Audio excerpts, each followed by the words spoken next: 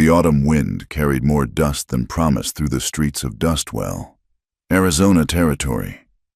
It was the kind of wind that stripped paint from shutters and hope from hearts, leaving everything the color of dried blood and disappointment. Eleanor Ellie Whitfield stood on the makeshift platform outside Garrison's general store, her hands clasped so tight her knuckles had gone white as bone. She was the last one left. The other women had been claimed hours ago. Sarah with her golden curls snatched up by the banker. Martha with her cooking skills by the hotel owner.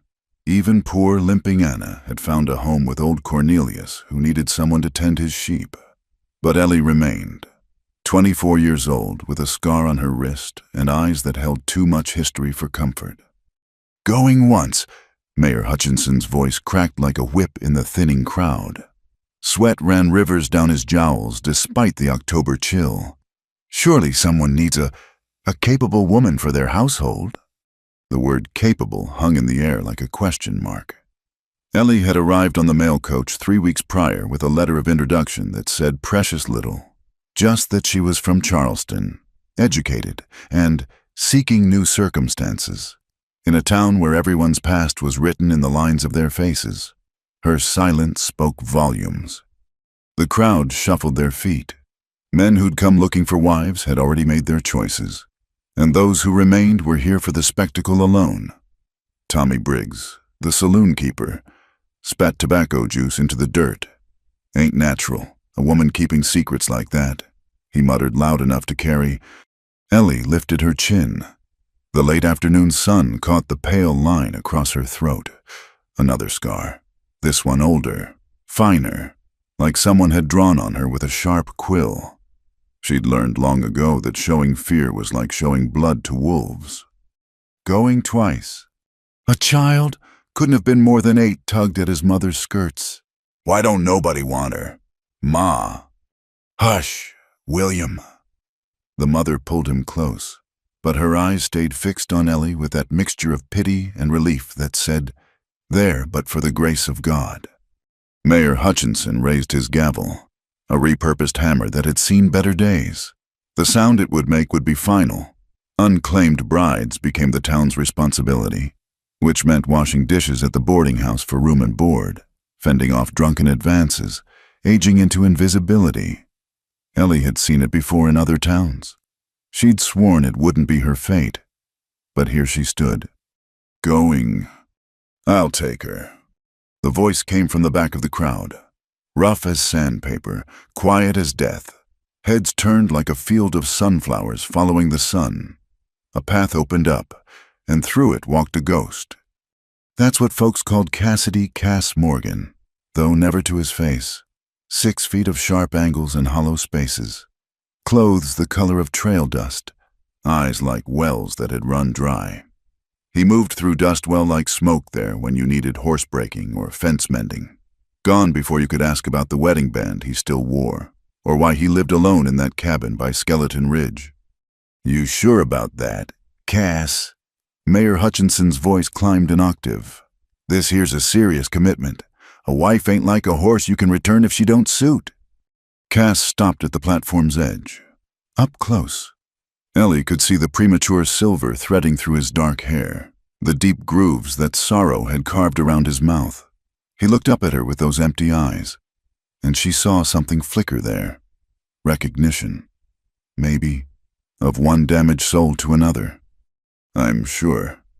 He pulled out a leather pouch, counted out the bride price in coins that clinked like promises. "That is, if the lady's willing." The lady. When was the last time someone had called her that? Not since Charleston. Certainly, not since the night that ended with blood on marble floors and her brother's voice saying she was no sister of his. Ellie looked out at the crowd, at their eager faces waiting for drama, at the other claimed brides watching from their new husbands' sides, at the vast nothing that awaited her if she said no. Then she looked down at Cass Morgan, the ghost of Dustwell, who was offering her what? She didn't know, but it had to be better than nothing. "I'm willing," she said. The crowd exhaled collectively, disappointed and relieved in equal measure. Drama had been averted, or perhaps merely postponed. As Ellie descended from the platform, her legs shaky as a newborn colt's, she caught snippets of conversation. Probably murdered his last wife. Here she was touched in the head. Match made in hell if you ask me. Cass was already walking away. He didn't offer his arm or even look back, just started down Main Street toward where his wagon waited. After a moment's hesitation, Ellie followed. What else was there to do? The wagon was like the man, functional, weathered, asking no questions. He helped her up with hands that were gentle despite their calluses, then climbed up beside her. As they rolled out of town, Ellie risked a glance back. The platform was already being dismantled, the crowd dispersing to their suppers and gossip. Tomorrow there would be new scandals, new arrivals, new departures. The auction of the unwanted brides would fade into just another Thursday in Dustwell. My place is 5 miles out, Cass said without looking at her. Got a roof that don't leak and a well that don't run dry. That's about all I can promise. That's enough, Ellie replied, and found she meant it. They rode in silence as the sun sank toward the mountains, painting the desert in shades of fire and ash. The only sounds were the creak of wheels and the steady clop of hooves. Neither of them tried to fill the quiet with false pleasantries or hollow promises. They were past that, both of them, past pretending that life was anything other than one long series of survivals. As they turned onto a track that was more suggestion than road, Cass spoke again. That scar on your wrist? Rope. Ellie's hand moved instinctively to cover it. Something like that. He nodded, accepting the non-answer as easily as if she'd told him the whole truth. We all got our marks. Some just show more than others. The cabin materialized from the gathering darkness like something conjured, small but solid, with smoke rising from the chimney in a way that suggested welcome, even if the man beside her didn't. As Cass helped her down from the wagon, Ellie caught sight of a small graveyard on the hillside behind the house. 3 wooden crosses, weathered but tended. She was the last bride left at the border town auction. Then a broken cowboy raised his hand. Now here she stood, at the edge of nowhere with a man who wore his grief like a second skin. And somehow it felt more honest than anything she'd known in years. Come on, Cass said, hefting her single carpet bag like it weighed nothing. Let's get you settled before full dark. Coyotes get bold when the sun goes down. And you look like you've had enough excitement for one day. As Ellie followed him toward the cabin, she thought about coyotes and the kinds of predators that walked on 2 legs. She thought about auction blocks and bride prices and what it meant to be chosen by a ghost. She thought about scarred wrists and empty eyes, and the way sometimes the broken pieces of 2 lives might fit together better than whole ones ever could. The door closed behind them with a sound like finality, shutting out the desert wind and the distant lights of Dustwell. Whatever came next, Ellie thought, at least she wouldn't face it alone. And in the autumn of 1879, in the Arizona Territory where hope was scarcer than water, that was worth more than all the promises in the world. The cabin was smaller inside than it looked from without, but clean in the way of a place maintained by habit rather than hope. One main room served as kitchen, dining, and living space, with a stone fireplace that Cass immediately set to tending. A narrow door led to what Ellie assumed was a bedroom, and a ladder stretched up to a loft overhead. You'll take the bedroom? Cass said without turning from the fireplace. I've been meaning to move my things to the loft anyway. Ellie stood near the door, carpetbag still clutched in both hands, unsure whether to move or speak or simply exist in this space that smelled of wood smoke and leather and something indefinably masculine. The silence stretched between them like taffy, sweet and suffocating. I don't mean to put you out of your own bed, she finally managed. Cass's hand stilled on the kindling. It ain't putting out, just practical. He struck a match, and the small flame threw his profile into sharp relief, all angles and shadows. There's beans and cornbread from yesterday. I'll heat them up once the fire catches. I can cook, Ellie offered quickly. I mean, I'd like to earn my keep. He did turn then, and the look he gave her was unreadable. You don't need to earn anything. You're not a hired hand. Then what am I? The question hung between them, unanswered and perhaps unanswerable. Cass went back to his fire, and Ellie finally set down her bag. The room felt too large and too small all at once, like a coat that didn't quite fit. As promised, he heated the beans and cornbread, serving them on plates that matched about as well as she and Cass did, one china, probably a remnant from his past life. One tin. They ate in silence at a table scarred by years of use, and Ellie found herself studying the marks in the wood, imagining the meals that had been eaten here before. The necessaries out back, Cass said when they'd finished. There's a pitcher and basin in the bedroom for washing. Well's got a good pump. No need to haul water unless there's a drought. Instructions. Logistics. Nothing about expectations or arrangements or any of the things that might lurk beneath the surface of this strange marriage. Ellie nodded and began clearing the plates. Leave them, he said. I'll do them later. I don't mind. Leave them. Not harsh. Exactly, but firm. He stood, grabbed a blanket from a chest near the fireplace, and headed for the door. I'll be in the barn if you need anything. Bar the door behind me. Ellie blinked. The barn. Got a cot out there. Use it sometimes when the horses are foaling. He paused at the threshold, silhouetted against the purple dusk. There's wolves in these hills, and worse things than wolves. Bar the door. Then he was gone, leaving Ellie alone in the cabin with the crackling fire and the dirty dishes and 1,000 questions crawling up her throat like spiders. She barred the door. The bedroom was sparse but clean, a bed with a quilt that had seen better decades, a dresser with a cracked mirror, a washstand. Cass's things were already gone, moved so quickly she hadn't noticed. Only the indent on the pillow suggested anyone had ever slept here at all. Ellie sat on the edge of the bed, still in her traveling dress, and tried to make sense of the day. This morning she'd been town property. Afternoon saw her sold like livestock, and now night found her married to a ghost who slept in barns. The absurdity of it all bubbled up, and she found herself laughing, a cracked, desperate sound that echoed off the walls. Through the single window, she could see the faint glow of lantern light from the barn. Was he sitting up too, wondering what madness had possessed him to raise his hand at the auction? Or was this normal for him, this careful distance, this deliberate isolation? Sleep seemed impossible, but exhaustion was a powerful force. Ellie lay down fully clothed, the quilt pulled up to her chin, and listened to the night sounds win through the canyon, the distant yip of coyotes, the settling of old wood. Somewhere in the darkness, her husband kept his vigil in a barn, and she was grateful for it.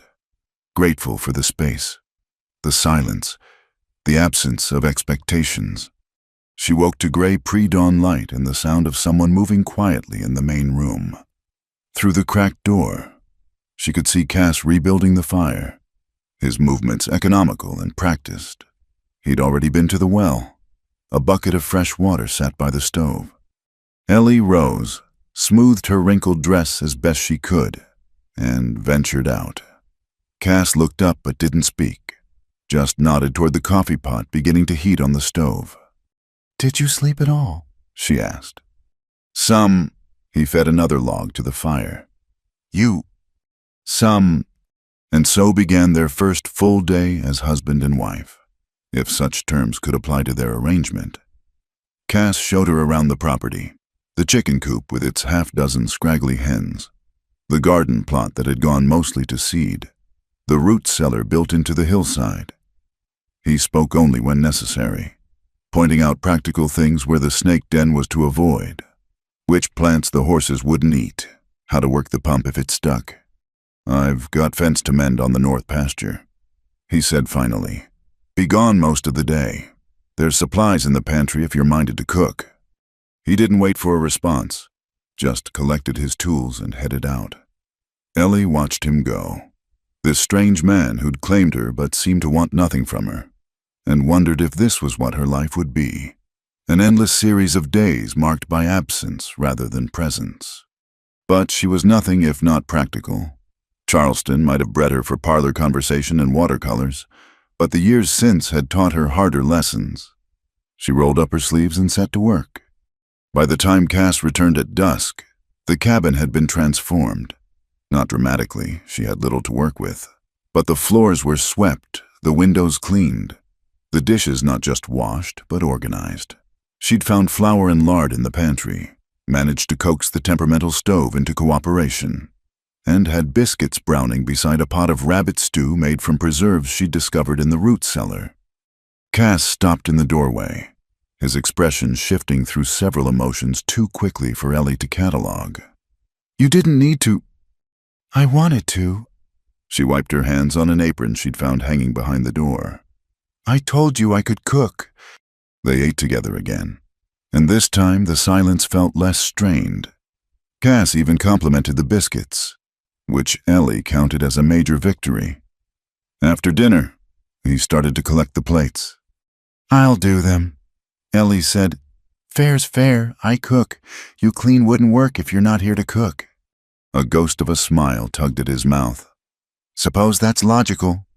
While she washed, he sat by the fire cleaning his rifle, the familiar motions seeming to soothe him.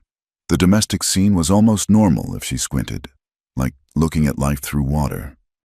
"That scar on your throat," he said suddenly. "Someone tried to hurt you."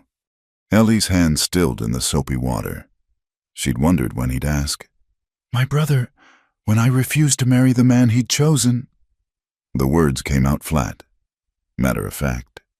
"Said I was better off dead than defiant. He the one who sent you west." In a manner of speaking, hard to stay in a place where your own blood wants you gone. Cass was quiet for a long moment. Family can cut deeper than strangers ever could. There was weight in those words. History she wasn't ready to ask about. Instead, she finished the dishes and dried her hands. "I think I'll turn in." "I'll be out directly," he said, already reaching for his barn blanket. "Cass," she turned at the bedroom door. "How long are you planning to sleep in the barn?" He looked up, firelight dancing across his weathered features. "Long as it takes." "Takes for what?" "For you to stop jumping every time I move, for that look to leave your eyes, the one that's calculating exits." He went back to his rifle. "I've seen spooked horses with that same look. Time and patience. That's what they need. Reckon it's the same with people." Ellie felt something shift in her chest, a loosening of bonds she hadn't realized were there. "And if I never stop jumping, then I'll get real good at sleeping in barns." That night, she left the bedroom door open a crack. Not an invitation, exactly, but an acknowledgement. Through the gap, she could see him sitting by the dying fire, keeping watch over nothing and everything. He'd moved the rifle to lean against the door protection offered without being asked. She thought about broken things and patient hands, about the distance between a bedroom and a barn, about men who understood that sometimes the kindest thing you could do was leave someone alone. Her brother had tried to own her, control her, shape her into something useful. Cass seemed content to simply let her exist. It wasn't love. It might never be love. But it was something, a quiet understanding between two damaged souls, a bargain struck not in words but in silence. Outside, wolves howled in the hills, and Ellie pulled the quilt higher. Tomorrow would bring new challenges, new negotiations of space and expectation. But tonight, she was safe in a bed that wasn't hers, in a house that might someday feel like home, married to a ghost who kept his distance out of kindness rather than indifference. It was, she thought as sleep finally claimed her, more than she'd dared hope for when she stood on that platform as the last bride on the block. And for now, it was enough. The weeks folded into each other like pages in a book, each day writing its own small story of shared silence and careful distance. October bled into November, bringing cold mornings that painted frost on the windows and made the walk to the chicken coop an exercise in determination. Ellie had fallen into the rhythm of the place up before dawn to start the fire. Coffee brewing by the time Cass returned from checking the horses. Breakfast eaten in companionable quiet before he headed out to whatever work the ranch demanded. He still slept in the barn, though she'd noticed he'd moved a few more blankets out there as the nights grew colder. It was on one such morning, the air sharp enough to cut, that she found him sitting on the porch steps, working leather with hands that barely trembled in the cold. "What are you making?" she asked, wrapping her shawl tighter. He held up the piece, a glove. She realized, small and carefully stitched. "Winter's coming on hard. Noticed your hands were getting raw from the washing." Ellie stared at the glove, at the neat stitches that must have taken hours by lamplight. "You're making me gloves." A flush crept up his neck. "Ain't nothing fancy, just practical." But it wasn't just practical. She could see that in the careful measurement of the fingers, the soft rabbit fur he'd lined them with, the way he'd reinforced the palms where she'd wear them thin with work. It was consideration made tangible, care translated into leather and thread. "Thank you," she said softly. He grunted, going back to his stitching. "Try it on.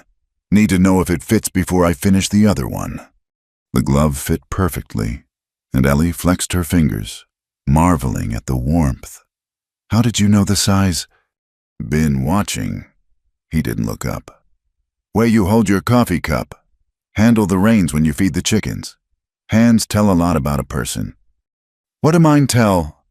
Now he did look up, those empty eyes not quite so empty anymore. "That you've known work, but not always. That you're stronger than you look. That you're careful with things that matter." The moment stretched between them, delicate as frost.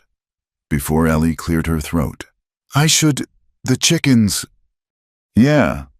But she wore the glove to feed them, and when she came back, he was smiling, just a little, just enough to transform his face from stone to something almost soft. The trip to town later that week was necessary. Supplies were running low, and winter wouldn't wait for their comfort. Ellie had dreaded it, knowing how tongues would wag, but Cass had simply helped her into the wagon like any husband might, his hand steady on her elbow. "Let them talk," he said as they rolled down Main Street. "Been doing it for years anyway." But the talk was different than Ellie expected. Yes, there were stares and whispers, but also something else, a grudging respect, perhaps, or simple curiosity. At the general store, Mrs. Patterson, the banker's wife, even nodded to her. "Heard you've got Cass Morgan eating regular meals again," she said, her tone carefully neutral. "Man was like to waste away before you came along." Ellie didn't know how to respond to that, so she simply selected her flour and beans and tried not to think about Cass before, alone in that cabin with his ghosts. It was while Cass loaded the wagon that trouble found them. 3 cowboys, drunk despite the early hour, stumbled out of the saloon. Ellie recognized the type young men with too much pride and too little sense, looking for any excuse to prove themselves. "Well, well," the tallest one slurred. "Ghost Morgan found himself a woman.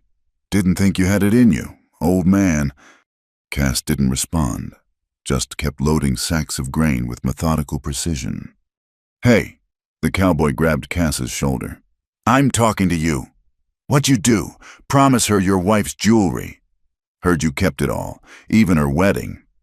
Cass moved so fast Ellie barely saw it. One moment the cowboy was standing. The next, he was on his back in the dirt, Cass's boot on his chest. "Don't," Cass's voice was quiet, terrible. "Don't speak of her, not ever." "Cass!" Ellie stepped forward, placed a hand on his arm. The muscle underneath was iron, trembling with restraint. "He's not worth it." For a heartbeat, she thought he wouldn't listen. Then, slowly, he stepped back. The cowboy scrambled up, pride wounded more than anything else, and slunk away with his friends. They rode home in silence. But it was different now. Charged. Electric. Ellie could feel the fury radiating off him, could see it in the white of his knuckles on the reins. "I'm sorry," she said finally. For what?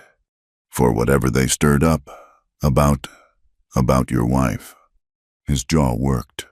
Margaret. Her name was Margaret. It was the first time he'd said the name aloud in her presence. Ellie waited, sensing more words gathering like storm clouds. She was everything soft in this hard place. Came out from Boston to teach school, and I couldn't believe she looked twice at me. But she did. His voice cracked.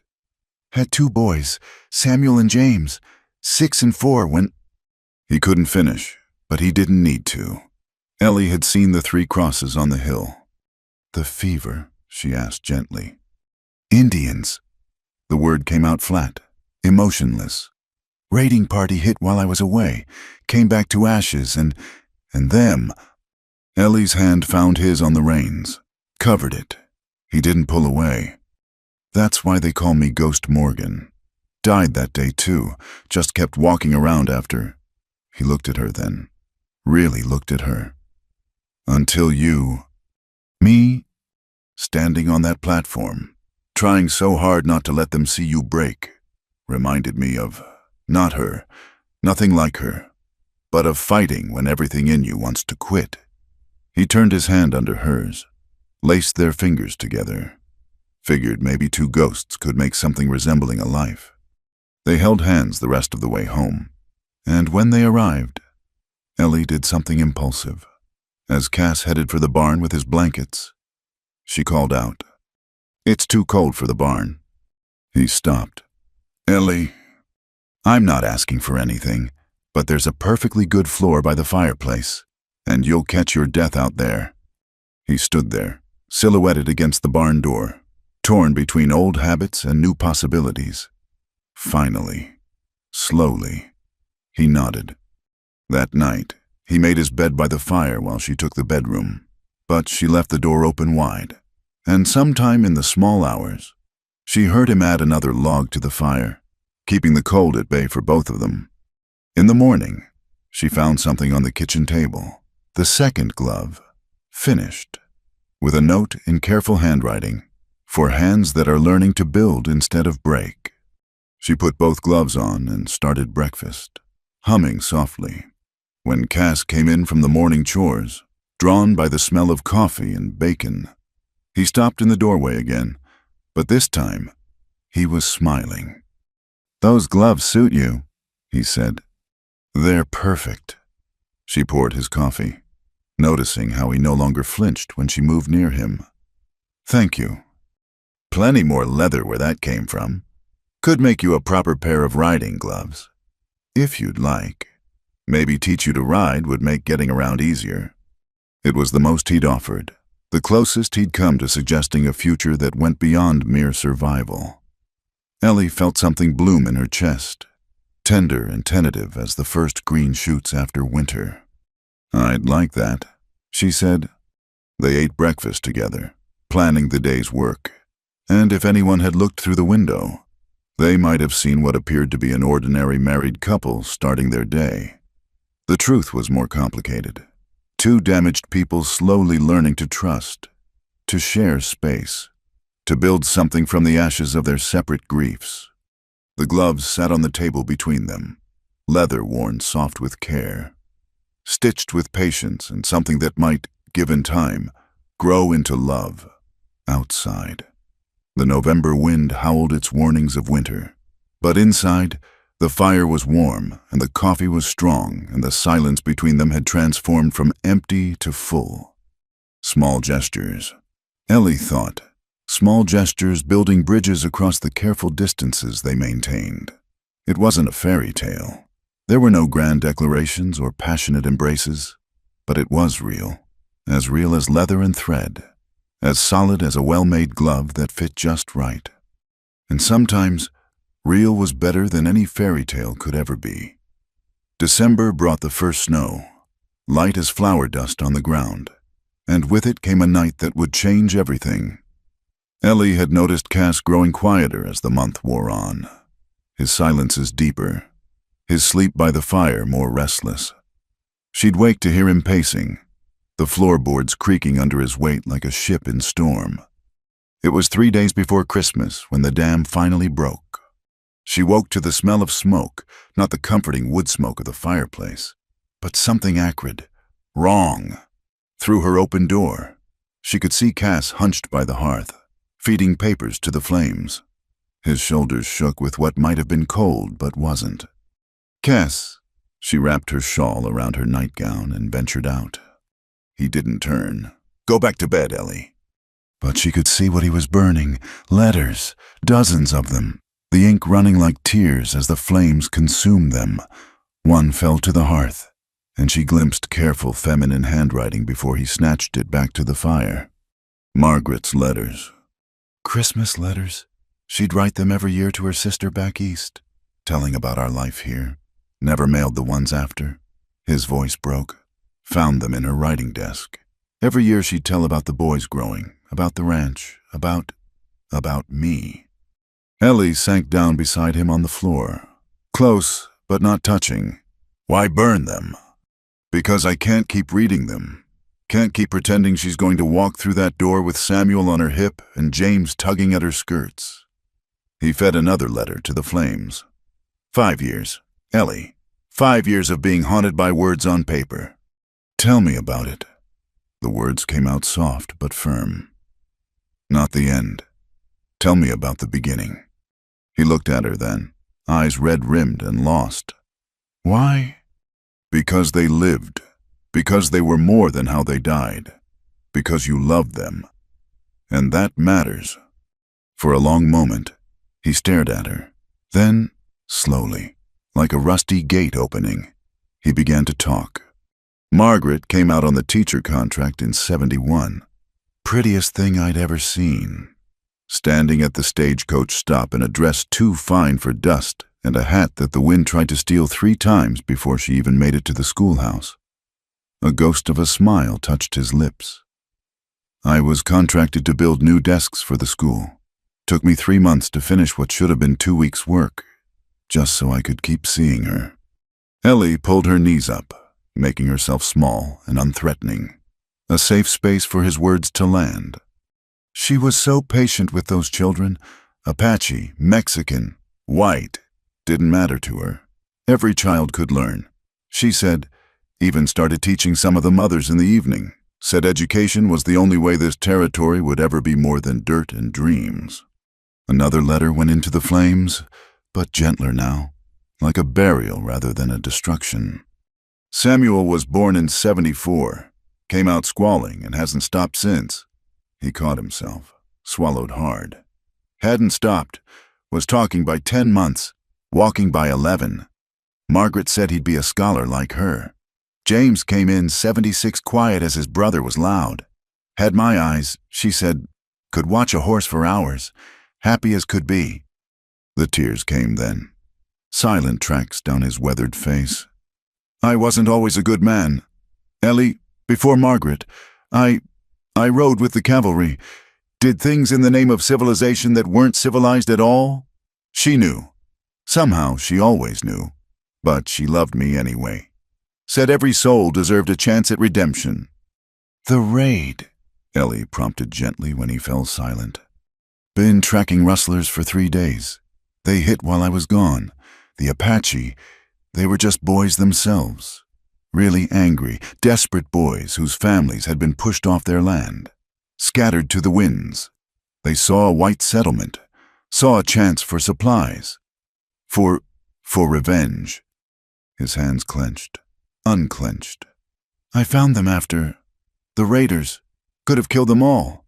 Had my rifle, had cause, but I kept hearing Margaret's voice, talking about cycles of violence, about how hatred only breeds more hatred. So I let them go." "That was brave." "That was stupid. Town turned on me after that. Said I valued Apache lives over my own family. Said I was a coward, a traitor. Started calling me Ghost Morgan because I was dead to them." He looked at the last letter in his hands. Maybe they were right. Maybe if I'd been more of a man, less of a philosopher, my family would still be alive. Or maybe you just have more blood on your hands in the same empty house. Ellie surprised herself with the firmness in her voice. You think Margaret would have wanted you to become a killer in her name. I became one anyway. After joined up with men hunting Apache. Any Apache. Didn't matter if they were the same band or not. We burned.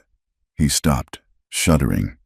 3 villages, women, children, elders who couldn't run fast enough, all in the name of justice that was really just rage wearing a badge. The last letter trembled in his hands. Ellie could see the date December 23rd, 1874. Margaret's last Christmas letter, probably written days before she died. Read it. Ellie said, out loud. Give her words air one last time before you let them go. Cass's hands shook as he unfolded the paper. His voice, when it came, was raw. Dearest sister, another Christmas in our desert home, and I must tell you, it grows more beautiful each year. The snow on the mountains makes them look like cake frosted by angels. Cassidy built us the most wonderful nativity from wood and cloth. He claims he has no artistic talent, but you should see the care in every carved line. Samuel insists on moving the wise men closer each day, though he's also tried to add his toy soldiers to guard the manger. James just smiles at everything. Our little philosopher. Cassidy remains my greatest gift. He struggles still with his past, but each day I see him choose kindness over bitterness, hope over despair. The territory is hard on souls, but he refuses to let it harden his. I pray nightly that our boys inherit his strength and his gentle heart beneath it all. Give my love to Mother. Tell her we are happy, truly happy, in our wild home. Perhaps next Christmas you might visit the desert blooms in ways you cannot imagine. All my love, Margaret. The letter crumbled to ash in the flames. Cass doubled over as if struck, and Ellie moved without thinking, gathering him against her. He was bigger, stronger, but in that moment he folded into her like a child, shaking with 5 years of grief finally allowed to surface. She thought I was good, he choked out. Even after everything, she thought I was good. You are good. Ellie stroked his hair. This man who'd bought her freedom and asked nothing in return, who made gloves to save her hands and slept on floors to save her fear. A bad man wouldn't grieve like this. A bad man wouldn't care. They sat that way until the fire burned low, until his shaking stopped and his breathing evened out. When he finally pulled back, his face was ravaged but somehow cleaner, like a wound finally washed. I'm sorry, he said. You don't need my ghosts haunting you too. There are ghosts now. She touched his face, thumb brushing away the last tear. That's what marriage is. Isn't it sharing the haunting? He caught her hand, held it against his cheek. Ellie, I need to tell you something. About the villages we burned. There was a girl, couldn't have been more than 16. She looked at me while the flames. She looked at me like Margaret would have, like she saw who I used to be, who I could have been. I see her every night, her and all the others. Do you want absolution? I want to deserve it. Then live like you do. Choose kindness over bitterness, hope over despair. Be the man Margaret saw. Be the man I'm starting to see. He studied her face in the dying firelight. How did you get so wise? Pain's a teacher if you let it be. My brother tried to own me, control me, make me small. I could have let that break me. Some days it nearly did, but broken things can choose how they mend. She squeezed his hand. We're mending, Cass, slow and painful, but mending nonetheless. He lifted their joined hands, kissed her knuckles with infinite gentleness. Will you help me with something? Anything. He rose, pulled her to her feet. Help me make new memories, Christmas ones, for them, but also for us. They spent the next 3 days preparing a Christmas the cabin hadn't seen in 5 years. Cass carved new decorations while Ellie baked with their meager supplies, making the place smell of cinnamon and hope. On Christmas Eve, they stood together at the 3 graves on the hill, and Cass told his family about Ellie, about her strength, her kindness, her gloves that he'd made, and the way she hummed while she cooked. I think you'd like her, he said to the wind. I think you'd be happy I'm not alone." That night, for the first time, he didn't make his bed by the fire. When Ellie woke on Christmas morning, she found him asleep in the chair by her bed, keeping watch as he'd kept watch over the flames. His hand rested near hers on the quilt, not touching but close enough that she could feel the warmth. She laced their fingers together and let him sleep, this good man haunted by his efforts to be better. Outside, snow began to fall in earnest, covering the desert in forgiveness, white as any prayer. The ghosts were still there. They always would be. But they were quieter now, appeased by truth and tears and the slow, careful love growing between two people who'd learned that sometimes the only way forward was through the fire. When Cass finally woke, blinking in the white light of winter morning, Ellie smiled. "Merry Christmas." He squeezed her hand, and in his eyes she saw not emptiness but possibility. "Merry Christmas, wife." It was the first time he'd called her that, in the holy hush of Christmas morning, with the ghosts of love and loss bearing witness. It sounded like a promise of all the mornings yet to come. January came with bitter winds and news of trouble. Cass heard it first at the trading post, raids on settlements to the south. Cavalry patrols increased, old wounds reopening between the Apache bands and the encroaching settlers. The fragile peace that had held since the Treaty of '77 was crumbling like sun-baked clay. "It's starting again," he said that night, staring into the fire. They'd taken to sharing the main room in the evenings now, Ellie mending or reading while Cass worked leather or cleaned tack. "The killing—" "Maybe it won't reach here," Ellie offered, though she could see the doubt in his eyes. "It always reaches everywhere, eventually." 3 days later, they woke to smoke on the southern horizon, not the gentle smoke of hearth fires, but the black pillars that meant destruction. Cass saddled his horse before Ellie could even start breakfast. "Stay inside," he said, checking his rifle. "Bar the door. If I'm not back by nightfall." "You'll be back." She handed him a bundle of food, tried not to let her hands shake. "Just be careful." He touched her cheek, a gesture that had become familiar in the weeks since Christmas. "Always am." But when he returned near sunset, his face told a different story. He unsaddled his horse in silence, movements heavy with what he'd seen. "The Hendricks place," he said finally. "Burned. Family got out in time, but barely." "Apache?" He nodded, then shook his head. "Young ones. Breakaway band. The Army calls them. Warriors who won't accept the reservation boundaries, watching their people starve while settlers graze cattle on what used to be hunting grounds." He slumped against the barn wall. "Can't say I blame them. Can't say I don't understand." That night, Ellie woke to voices in the yard. She crept to the window, saw Cass by the well talking to 3 men on horseback. Even in the moonlight, she could see the tension in his shoulders. "Need every gun we can get," one rider was saying. "These savages won't stop until we stop them." "Or until we stop taking everything they have," Cass replied. "Jesus, Morgan, not this again. They killed your family. How can you—" "Because killing more won't bring them back." Cass's voice was steady, implacable. "Find someone else for your hunting party." "You're a coward," another rider spat. "Always were, always will be." "Maybe, but I'll be a living coward who can sleep at night." After they left, Ellie found him still by the well, head bowed. She approached carefully, the frozen ground crunching under her feet. "They're not wrong," he said without looking up. "About me being a coward." "There's different kinds of courage." She pulled her shawl tighter. "Takes a brave man to say no to violence when everyone expects yes. Or a fool." He finally met her eyes. "They'll be back. Men like that always come back, especially when they smell blood in the water." He was right. Over the next weeks, the situation deteriorated. More raids, more retaliation. The Army increased patrols, but they were looking for war, not peace. Cass refused every call to join the militias forming in town. and their isolation grew. Supplies from town came with cold looks and colder words. It was a February dawn when everything changed. Ellie was gathering eggs when she saw them.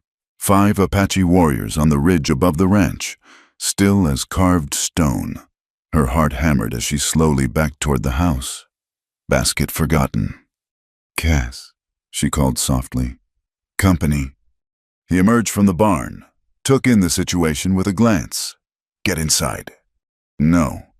The word surprised them both. "If you're staying out here, so am I." Before he could argue, the warriors began descending. Cass stepped forward, hands visible but near his gun. The lead warrior was older than the others, gray threading through his hair, scars mapping a lifetime of conflict across his face.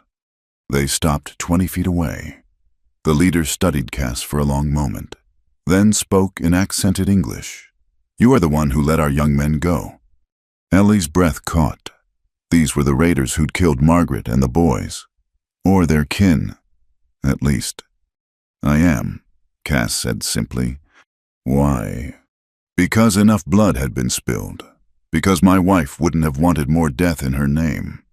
The Apache leader dismounted, a gesture that made the younger warriors shift nervously. "My nephew was among those boys, hot-headed, angry, stupid with grief for his own losses." He stepped closer. "He lives because of you, and my family is dead because of him." Cass's voice held pain, but no hatred. "That ledger can't be balanced." "No, but perhaps it can be closed." The leader reached into his pouch, pulled out something that caught the morning light. Margaret's locket. Ellie recognized it from Cass's descriptions. The Apache held it out. "This was wrong to take. The young do not always understand what should be left with the dead." Cass's hand trembled as he took the locket. Inside, Ellie knew, were tiny portraits of Samuel and James, painted by a traveling artist the year before they died. "Thank you," Cass managed. The Apache leader nodded, then looked at Ellie. "Your woman." "My wife." "Good. A man should not walk alone with ghosts." He remounted, but before turning to go, added, "There will be fighting in these hills. Soon, the young ones, the angry ones. They will not listen to old men counseling patience, nor will yours. But this place will be left alone." "Why?" Ellie found herself asking. The leader looked at her with eyes that had seen too much. "Because some things are sacred. Because a man who chooses mercy over revenge has earned mercy in return. Because the dead rest easier when the living choose peace." He raised his hand in farewell. "May your ghosts be quiet." Morgan. They watched the warriors disappear over the ridge. Cass stood frozen, the locket clenched in his fist, until Ellie gently pried his fingers open. "Let me see them," she said. The portraits were tiny, perfect, 2 boys with their mother's smile and their father's eyes, forever captured in paint and memory. Cass made a sound like breaking, and Ellie pulled him close. "She would be proud," she whispered, "of what you chose, of who you've become." That night, as reports came of skirmishes throughout the territory, their ranch stood untouched, true to the Apache leader's word. It became an island of peace in an ocean of conflict. Riders passed by without stopping. War parties gave it wide berth. "They think the place is cursed," Cass said one evening, watching distant fires bloom on the horizon. "Ghost Morgan's ranch, where the dead walk. Let them think it." Ellie was learning to bake bread the way Margaret used to, from recipes she'd found written in the margins of a Bible. Better cursed than burned. But the real change was in Cass himself. The return of the locket had closed something, sealed a wound that had bled for 5 years. He began speaking of the future again, improvements to the ranch, maybe buying more cattle come spring. He moved his things into the bedroom, though he still slept in the chair, unwilling or unable to cross that final distance. One night, as February bled into March and the worst of the violence seemed to be passing, Ellie woke to find him standing at the window, locket open in his hand. Can't sleep. He shook his head. Just thinking. About cycles. About choices. About how that Apache leader's nephew might have children someday. And they'll grow up knowing their father lived because someone chose mercy. He closed the locket gently. Margaret always said the only way to change the world was one choice at a time. She sounds wise. You are too? He turned from the window.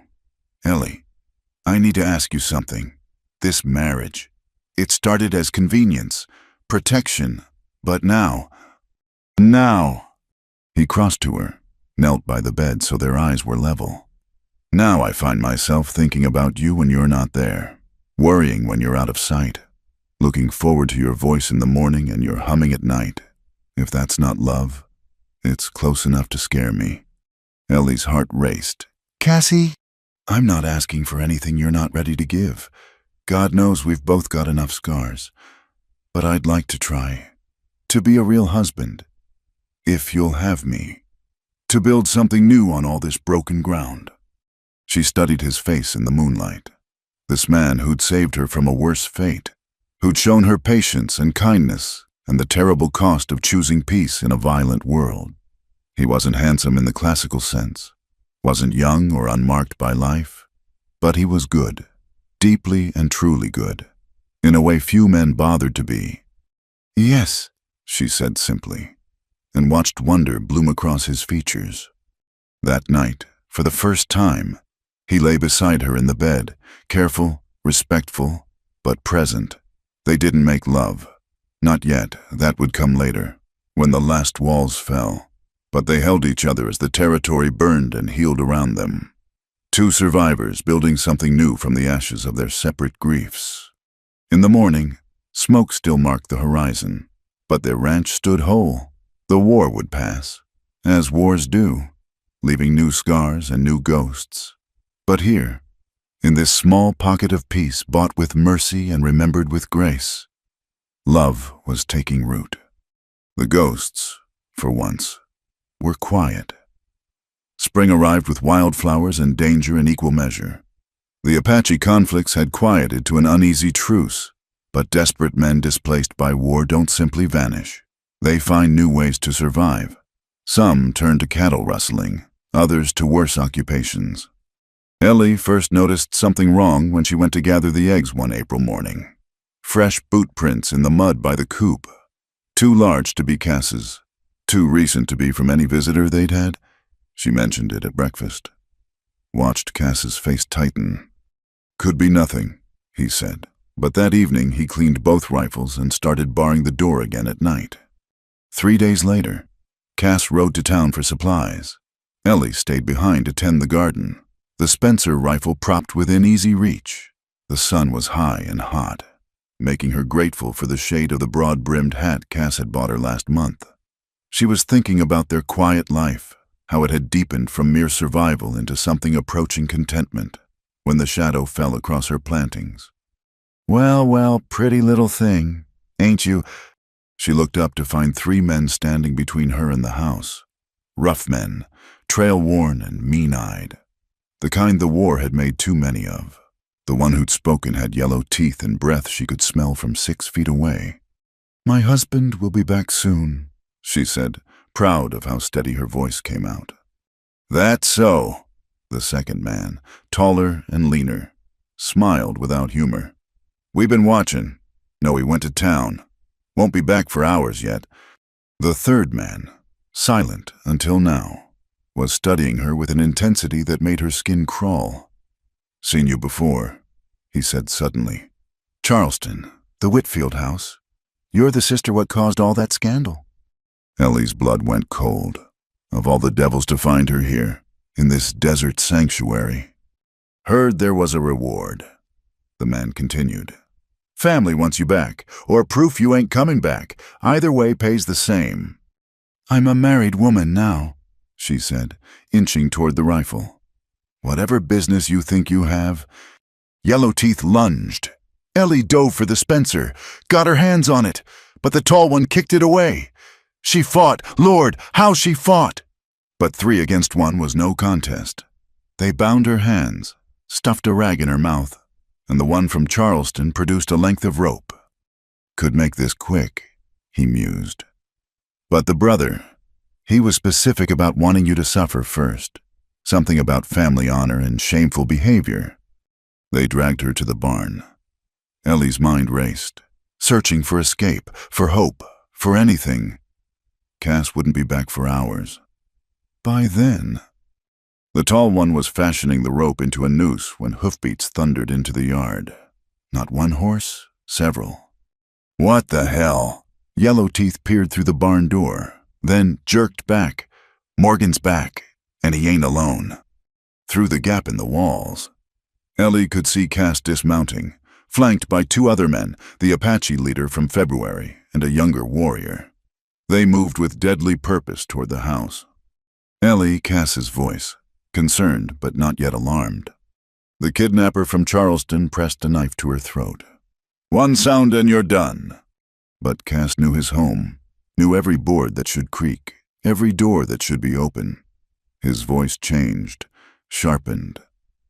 Ellie? Damn. Yellowteeth checked his pistol. All right, we do this fast. Rush 'em when they come through the door. But these men didn't know Cass. Didn't know he'd rebuilt this barn himself and left certain boards loose for quick escape. They didn't know about his friendship with the Apache, born of mutual grief and respect. They certainly didn't expect him to come through the wall instead of the door. The fighting was brief and brutal. Ellie, bound and gagged, could only watch as Cass moved like vengeance itself. Every lesson from his cavalry days focused into protective fury. The Apache warriors were no less efficient. Yellowteeth went down with a knife between his ribs. The tall one tried to run, made it 3 steps before an Apache war club ended his flight. The one from Charleston, though, he kept his knife at Ellie's throat, backing toward the door. Let me go, he bargained, or I open her neck. Cass stopped, hands spread, but his eyes were terrible. You're the one her brother sent. Just business, nothing personal. Everything about her is personal to me. Then you'll let me walk. I'll let you breathe. For now. Cass's voice was soft, reasonable. But you should know something. These men with me, they're Apache. Maybe you heard what they do to men who hurt women. The kidnapper's hand trembled. The Apache leader spoke in his own language. And while Ellie didn't understand the words, the tone was clear. Promise, threat, certainty. Here's what's going to happen. Cass continued. You're going to let her go. Then you're going to get on your horse and ride. Back to Charleston. Back to hell. I don't care. But you're going to tell Edward Whitfield that his sister is dead. Died of fever. Very tragic. You're going to collect whatever blood money he promised. And you're going to forget you ever saw her. And if I don't, the younger Apache warrior smiled, and it was the coldest thing Ellie had ever seen. He said something in accented English that sounded like a promise of horrors. Then my friends here will find you. Cass translated. Might take a month, might take a year, but they'll find you, and when they do, you'll wish I'd killed you clean today. The knife wavered, lowered. The kidnapper shoved Ellie forward and ran. They heard his horse's hoofbeats fade into the distance, riding hard for anywhere else. Cass caught Ellie as she stumbled, cut her bonds with shaking hands. The moment the gag was out, she gasped. How did you know? Saw their horses hidden in the wash. Apache saw them first. Actually, came to warn me. We've been watching each other's backs since February. The Apache leader nodded to Ellie. You fought well, like a warrior. Not well enough, she said, rubbing her wrists. Well enough to stay alive. That is all that matters. After they dealt with the bodies, Ellie didn't ask how, didn't want to know, and the Apache had melted back into the desert. Cass and Ellie sat on the porch in the gathering dusk. She could feel him vibrating beside her. Aftermath of violence and fear still coursing through him. I thought I'd lost you, he said finally. When I saw that barn door open, when you didn't answer, he covered his face with his hands. I can't do it again. Ellie, I can't lose another. You didn't. She pulled his hands down, made him look at her. You saved me. Again. Your brother thinks I'm dead now. That man might be scum, but he's smart scum. He'll take the money and run. She touched the small cut on her throat where the knife had pressed. It's over. Is it? Cass pulled her against him, holding tight. Because I keep thinking how close it was. Minutes, seconds. If the Apache hadn't seen those horses. If I hadn't come back early. But you did. She breathed him in, leather and gunpowder and the sweet sage smell of him. You did, and I'm here, and we're alive. That night, neither of them pretended about separate sleeping arrangements. When darkness fell, Cass led her to their bed and held her like she might vanish, like she was made of smoke and wishes. They still didn't make love, both too shaken, too raw, but something shifted between them. The last walls crumbled under the weight of almost loss. Marry me, he said suddenly in the darkness. We're already married. No, really marry me. In the church in town, with words that matter and promises we mean. Not because you needed saving or I needed something. Because I love you. Ellie Morgan. Because I want to wake up next to you for the next 40 years. Because you've made me remember what it feels like to hope. She found his face in the darkness, kissed him soft and sure. Yes, 1,000 times, yes. They were married again 2 weeks later, in the tiny adobe church with half the town in attendance. The same people who'd whispered about them 6 months ago now smiled and threw rice, even Mrs. Patterson dabbed at her eyes during the vows. The Apache leader came, standing at the back in his finest clothes, a gesture of respect that silenced any objections.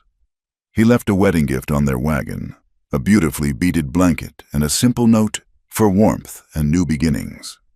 That night, as Ellie lay in her husband's arms in their marriage bed, she thought about journeys, about a girl who'd fled Charleston in disgrace and fear, who'd stood on an auction block as the last unwanted bride, who'd been saved by a ghost and had saved him in return, about a man who'd lost everything and chosen mercy over vengeance, who'd made space in his haunted heart for new love.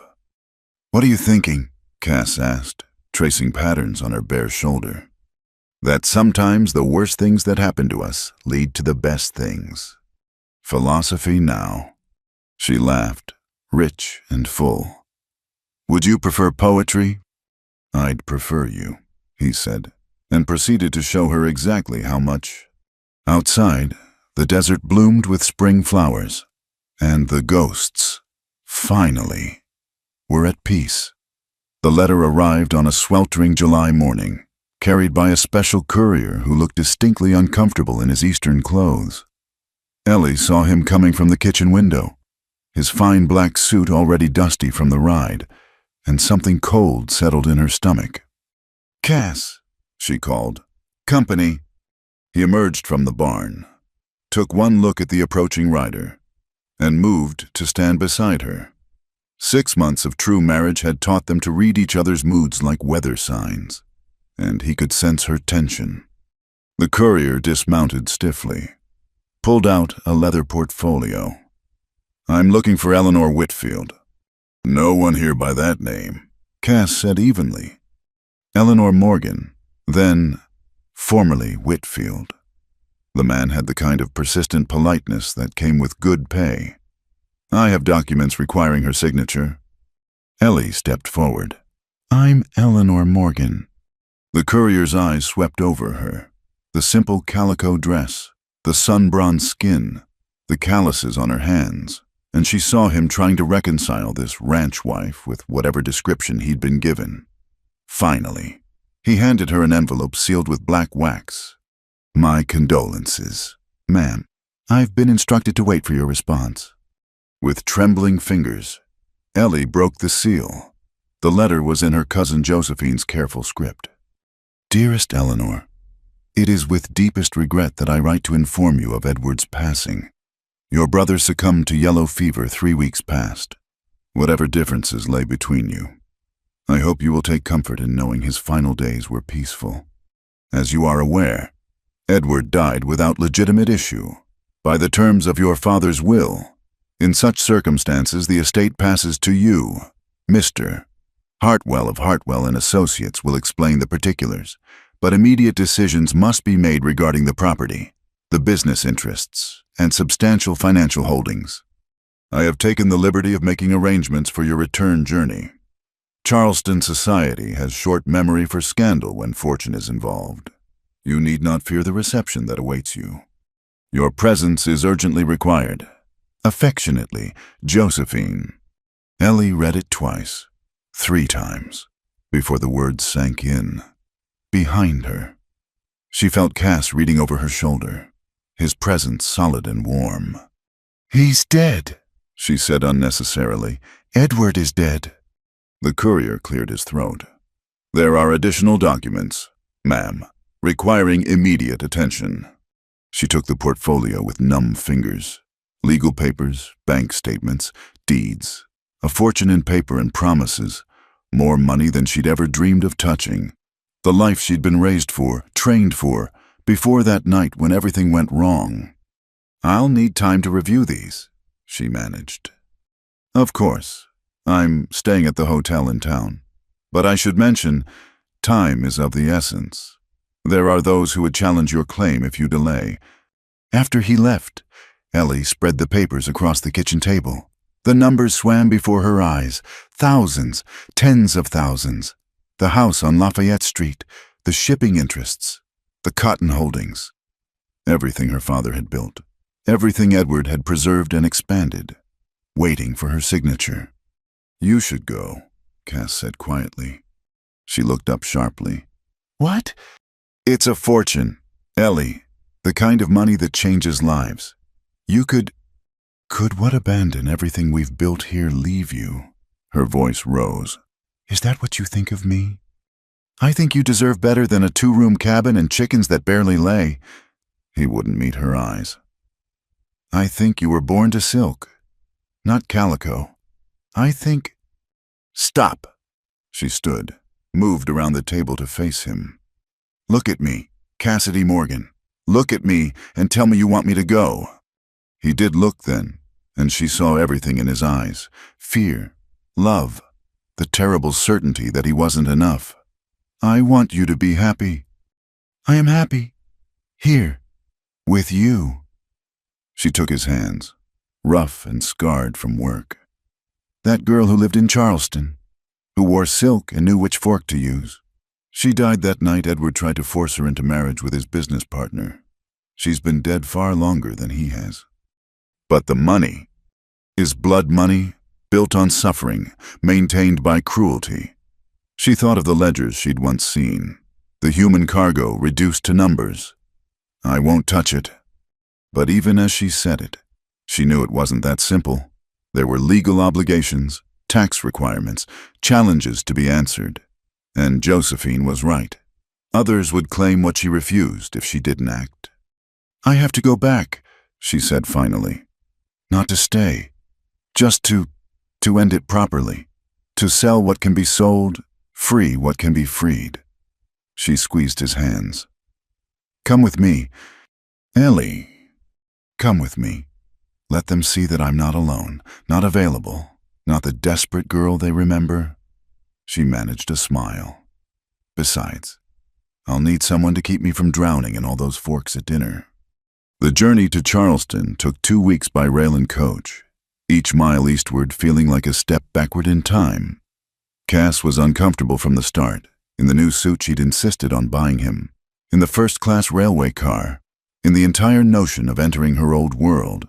But he came, steady and solid beside her, a reminder of who she'd become.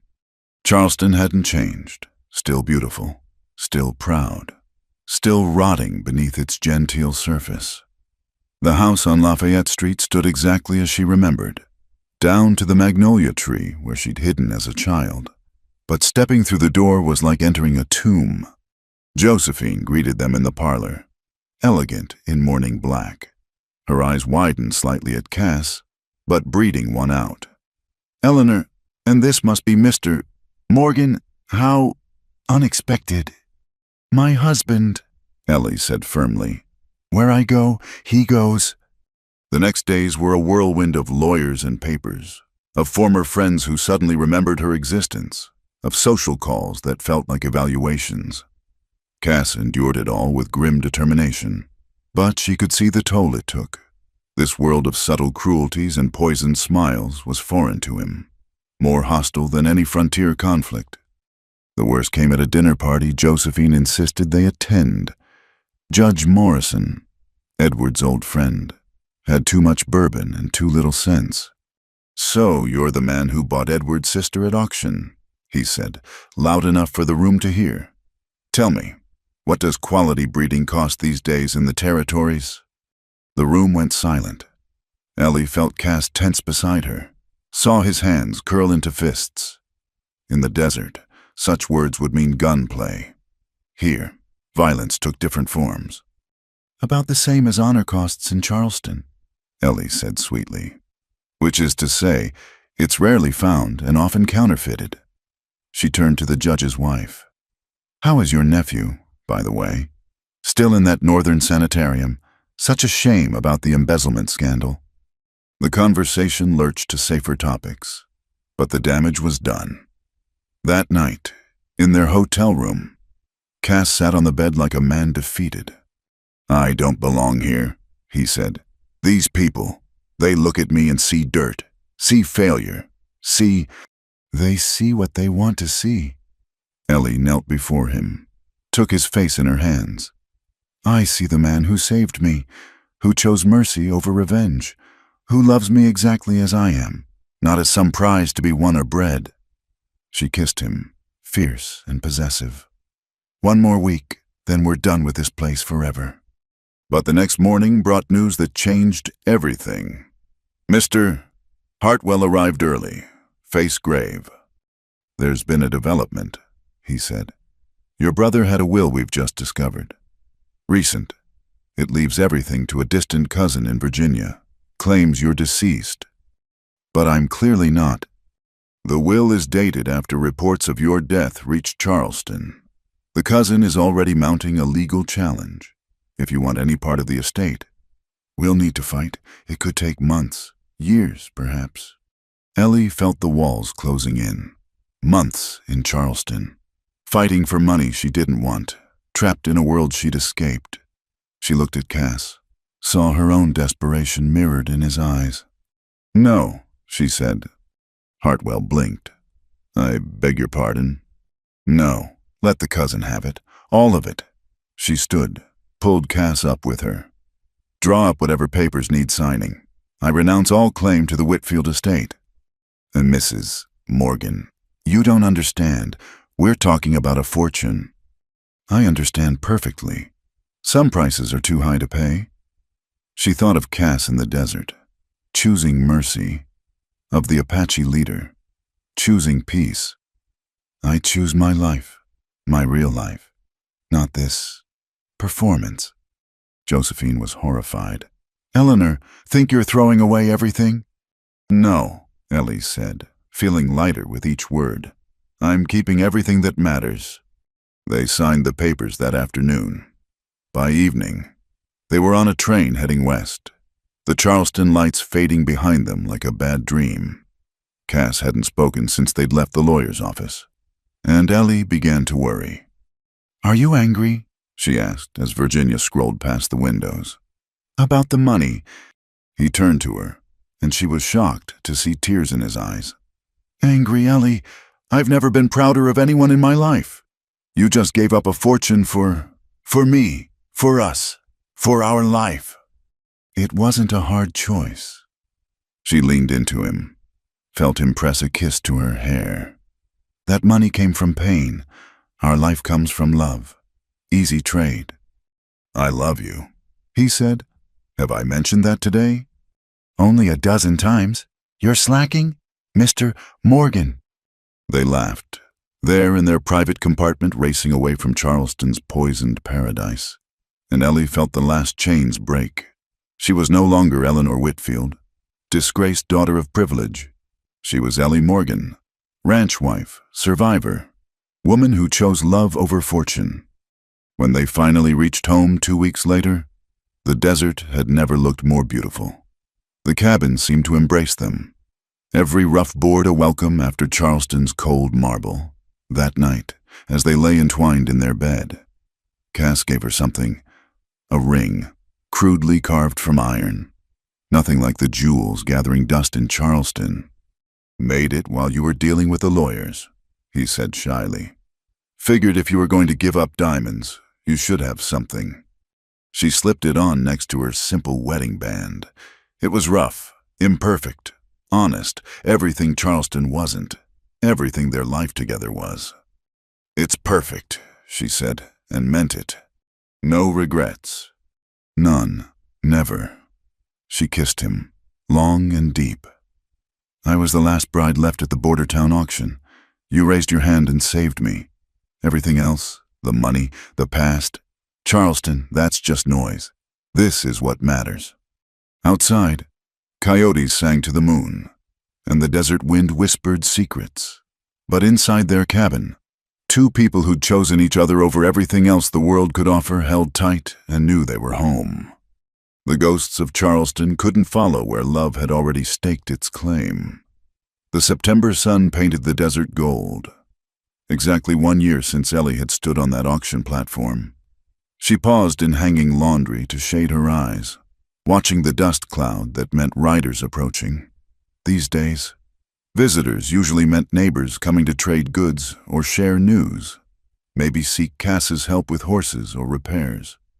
But something in the way these riders moved, purposeful, organized, made her call out, "Cass Company coming." He emerged from the corral where he'd been working with a young mare, immediately alert. Together they watched 3 riders approach, well-dressed men on fine horses, not the usual ranch folk or drifters. The lead rider tipped his hat. "Mrs. Morgan, my name is Harrison Wells. I represent the Territorial Authority. We're here about the chapel." "Chapel?" Ellie exchanged confused glances with Cass. "There's no chapel here." "Not yet." Wells dismounted, pulled out official-looking papers. "But there will be. The Territory has approved funding for local infrastructure, including a chapel and schoolhouse for this district. Your ranch sits at the geographic center of 3 settlements. We'd like to build here, with your permission." Cass stepped forward, suspicious. "Why would you need our permission? Territory wants something. It usually just takes it." "Times are changing. Mr. Morgan, we're trying to do things proper now, legal-like." Wells spread a map on their porch rail. "The chapel would sit here, on that flat stretch near the creek, the schoolhouse beside it. You'd deed the land to the Territory, but you'd be named as trustees, caretakers, if you will." "A school," Ellie breathed. She thought of Margaret, teaching children of all backgrounds, of the Apache children growing up between 2 worlds. There'd be a teacher. Eventually, for now, we're hoping local folks might step in. Someone educated, patient. His eyes lingered meaningfully on Ellie. That evening, they sat by the fire discussing it. The idea of their isolated ranch becoming a community center seemed impossible. Yet, Margaret would have loved it, Cass said finally.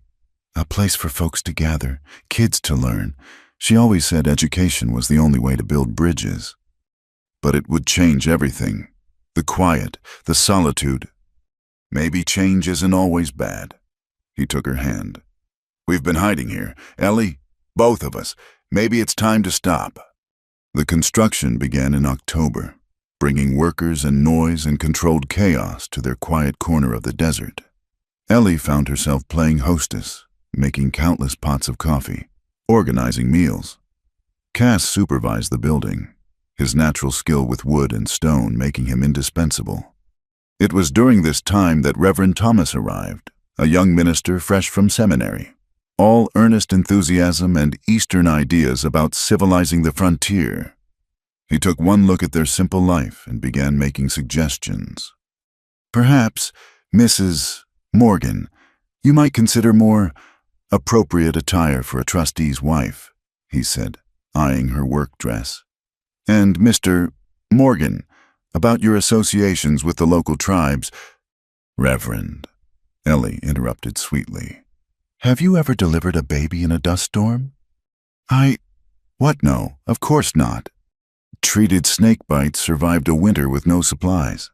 Face down men who'd as soon shoot you as speak to you. Well, no, but then perhaps you might consider that what's appropriate in Boston might get you killed out here. She smiled to take the sting out. Now, would you like more coffee? The Apache leader visited during construction, studying the rising walls with unreadable eyes. The workers tensed, hands drifting to weapons, but Cass greeted him like the friend he'd become. A gathering place, the leader observed, for all people. That's the idea, Cass said. Your children would be welcome at the school. And in the chapel. Any god who can't make room for all his children isn't worth worshipping, Ellie said firmly, ignoring Reverend Thomas's shocked gasp. The leader smiled. Your woman speaks wisdom. He dismounted, picked up a hammer. We will help build. And they did. Over the following weeks, Apache workers joined the construction crew. There were tensions, old wounds that ached in proximity, but gradually something else emerged. Shared purpose, tentative respect, the beginning of what Margaret had dreamed of. The chapel was finished by November, modest but sturdy, with windows that caught the morning light. The schoolhouse beside it boasted real slate boards and desks Cass built himself. The dedication ceremony was set for December 1st. We need to discuss the ceremony, Reverend Thomas said one evening. As trustees, you'll need to speak, and Mrs. Morgan, about your past. What about it? Cass's voice carried warning. Well, there have been questions about the circumstances of your marriage, the auction. Is this about God or gossip? Ellie asked. Because last I checked, the Bible had more to say about love and redemption than about maintaining social proprieties. The Reverend flushed. I simply want to avoid scandal. Then you're in the wrong territory, Cass said flatly. Everyone here has a past. Question is whether we're building on it or burying it. The morning of the dedication dawned clear and cold. Ellie stood before her mirror in the cabin, wearing her best dress, still simple by Charleston standards, but clean and pressed. The iron ring Cass had made caught the light beside her wedding band. You ready for this? Cass asked from the doorway. To stand up in front of everyone, to be official, public, permanent. She turned to him. I've been ready since you raised your hand at that auction. The crowd that gathered surprised them, ranchers from miles around, townsfolk, even a delegation from the territorial government. And there, at the back, the Apache leader with several families, children wide-eyed at the new buildings. Reverend Thomas, to his credit, had taken their words to heart. His sermon spoke of new beginnings, of communities built on acceptance rather than judgment. When it came time for the trustees to speak, Cass went first. My wife Margaret believed in this dream, he said simply. Believed that different people could learn from each other, grow together. She died before she could see it happen. But Ellie, he looked at her, love plain on his face. Ellie helped me believe again, in second chances, in building something better from broken pieces. Then it was Ellie's turn. She looked out at the crowd, at faces curious and skeptical, friendly and hostile. At the back, she caught the Apache leader's eye, saw his small nod of encouragement. A year ago, I stood on a platform in town, the last bride nobody wanted. She heard the intake of breath, the rustle of whispers, but continued.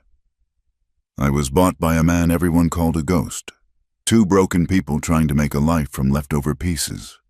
She found Cass in the crowd, drew strength from his steady gaze. But here's what I learned. Broken doesn't mean worthless. Different doesn't mean wrong. And sometimes the best families, the strongest communities, are the ones we choose to build rather than the ones we're born to. She gestured to the chapel, the school, This place isn't about forgetting who we were. It's about choosing who we'll be. Together. All of us. The silence that followed felt eternal. Then, from the back, the Apache leader began to clap. Others joined. Mrs. Patterson from town, the workers who'd built alongside Apache laborers, ranchers who'd known too much loss to judge others for their scars. After the ceremony, as people explored the new buildings and children raced between the pews, the Apache leader approached Ellie. "You spoke truth," he said. "My people, we know about being broken and rebuilt, about choosing new paths." He handed her something, a small leather pouch. "For the school, from our medicine woman. Seeds for healing plants. Teach the children to grow medicine alongside letters." That evening, after everyone had gone, Ellie and Cass stood alone in the chapel. Sunlight slanted through windows, painting everything gold. "No regrets?" Cass asked, echoing his question from months before. "None." She leaned into him. "We did it, Cass. Built something from nothing." "From everything," he corrected. "From pain and hope and choice and love." Outside, they could hear children playing, Apache and Mexican and white, their laughter mixing like streams joining a river. Tomorrow, Ellie would start teaching, Cass would train horses, life would continue its daily rhythms. But tonight, in this moment, they stood in the chapel they'd built on the ground of their love and knew they'd found their place. "She was the last bride left at the border town auction," Cass said softly. Then a broken cowboy raised his hand and saved himself in the bargain. Ellie finished. They walked home hand in hand as stars emerged in the desert sky. Behind them, the chapel stood solid against the horizon, a testament to second chances, unlikely love, and the truth that sometimes the best endings come from the worst beginnings. In the cabin that night, as they lay entwined, Ellie thought about their journey, from auction block to trustees, from strangers to soulmates, from isolation to community. It hadn't been easy or painless, but it had been theirs. "I love you," she whispered into the darkness. "And I love you," he replied. "My last bride, my first true choice." Outside, the desert wind sang through the chapel bells, a sound like benediction. And in the morning, there would be children to teach, horses to train, life to live fully and freely. The ghosts were gone. In their place stood hope, solid as adobe, lasting as love, bright as the Arizona sun on a schoolhouse window where all children were welcome to learn. Two broken souls had found each other in the wilderness and built something whole. It was, Ellie thought as sleep claimed her, the only miracle that truly mattered. Thank you so much for listening to this story of love, redemption, and second chances in the Old West. I hope Ellie and Cass's journey touched your heart as much as it touched mine while sharing it. I'd love to know where you're listening from. Please leave a comment below and let's connect over our shared love of these frontier tales. If you enjoyed this story, please subscribe to Wild West Night, give this video a like, and hit that hype button to help more people discover these stories of the American frontier. Until next time, partners, keep riding toward your own sunset. Happy trails.